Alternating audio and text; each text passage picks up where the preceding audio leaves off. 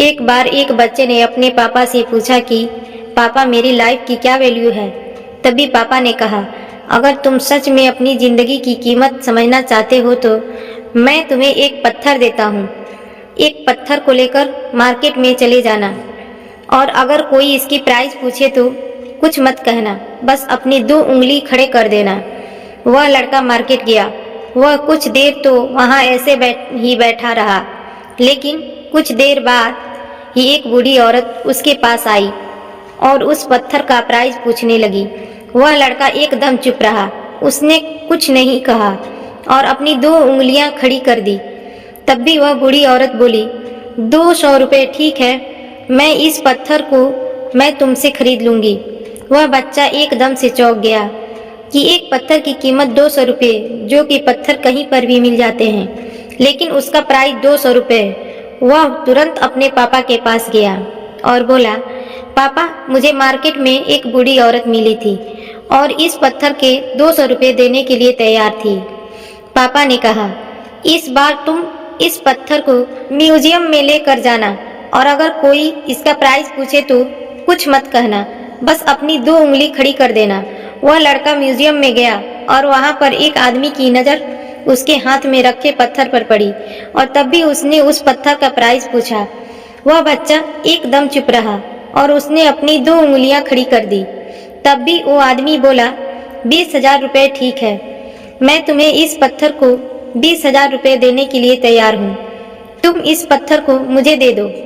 वह लड़का फिर से चौंक गया और जाकर अपने पापा से कहा कि म्यूजियम में मुझे एक आदमी मिला था और इस पत्थर के 20,000 रुपये देने के लिए तैयार था। तब भी उसके पापा ने कहा कि अब मैं तुम्हें आखिरी जगह भेजने जा रहा हूँ और तुम्हें एक कीमती पत्थरों की दुकान पर जाना है और अगर वहाँ पर भी कोई प्राइस पूछे तो कुछ मत कहना, बस अपनी 2 उंगलियां खड़ी कर देना। वह लड़का जल्दी से कीमती पत्थरों के दुकान पर गया और उसने देखा कि एक बूढ़ा आदमी था जो काउंटर के पीछे खड़ा था। जैसे ही उस बूढ़े इंसान की नज़र उस पत्थर पर पड़ी, वह एकदम से चौंक गया।